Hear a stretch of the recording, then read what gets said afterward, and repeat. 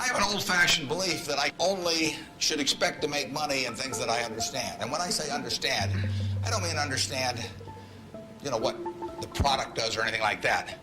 I mean understand what the economics of the business are likely to look like 10 years from now or 20 years from now. I know, in general, what the economics of, say, Wrigley chewing gum will look like 10 years from now. The internet isn't going to change the way people chew gum. It isn't going to change which gum they chew.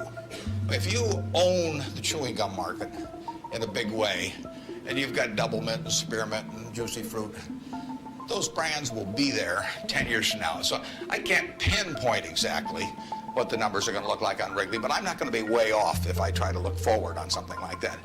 Evaluating that company is within what I call my circle of competence. I understand what they do, I understand the economics of it, I understand the competitive aspects of the business.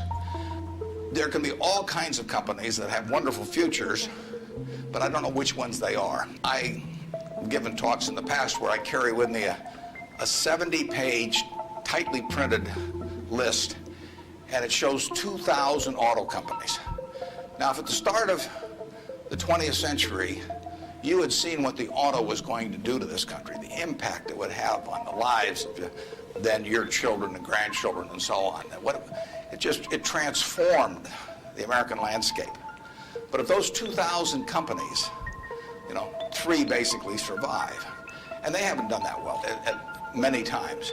So how do you pick 3 winners out of 2,000? I mean, it's not so easy to do. It's easy when you look back, but it's not so easy looking forward. So you could have been dead right on the fact that the auto industry, in fact, you probably couldn't have predicted how big an impact it would have. But you wouldn't have, if you'd bought companies across the board, you wouldn't have made any money, because the economic characteristics of that business were not easy to define. I've always said the easier thing to do is figure out who loses. And what you really should have done in 1905 or so, when you saw what was going to happen with the auto, is you should have gone short horses.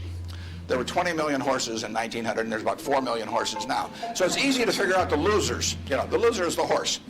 But the winner was the auto overall. But 2,000 companies just about failed. A few merged out and so on. There were 3 companies, auto companies, in the Dow Industrials in the 1920s and 30s. Studebaker, Nash Kelvinator, and Hudson Motor. Now, those names are all familiar to me, and maybe some of them are familiar to you, but they're not making any cars.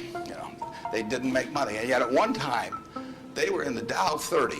They were the aristocrats of American business, and they got creamed. So figuring out the economic characteristics of the winners in a wonderful business is not easy. In North Carolina, Orville and Wilbur took off. Well, I guess Orville took off and Wilbur watched. I'd have been Wilbur. But if you could have seen the future of the airline business from that point forward and how that would transform things, it would have blown you away. And it's excited people, incidentally, ever since.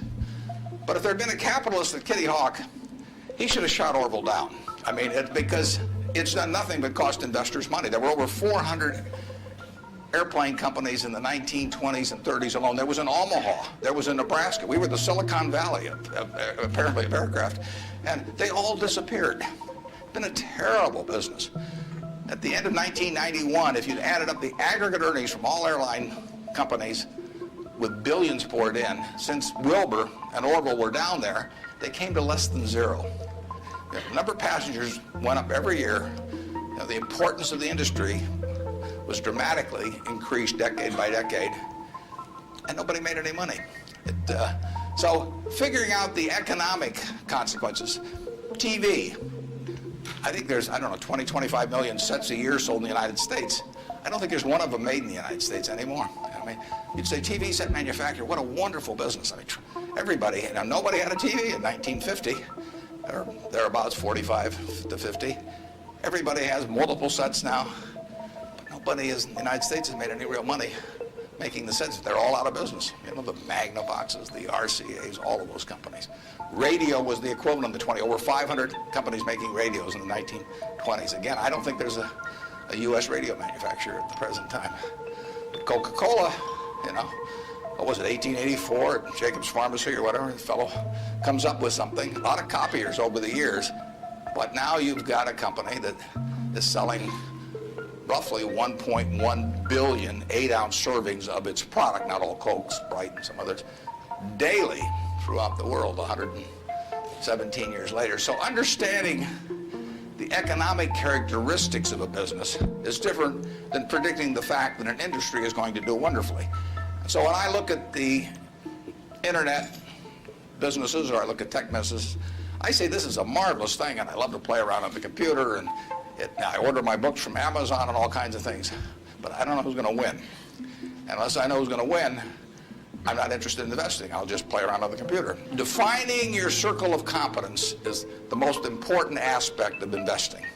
It's not how large your circle is. You don't have to be an expert on everything. But knowing where the perimeter of that circle of what you know and what you don't know is, and staying inside of it, is all important. Tom Watson Sr., who started IBM, said in his book, he said, "I'm no genius," he said, "but I'm smart in spots, and I stay around those spots." And you know, that is the key. So if I understand a few things, and I stick in that arena, I'll do okay. And if I don't understand something, but I get all excited about it because my neighbors are talking about it, stocks are going up and everything, I start fooling around someplace else, eventually I'll get creamed, and I should.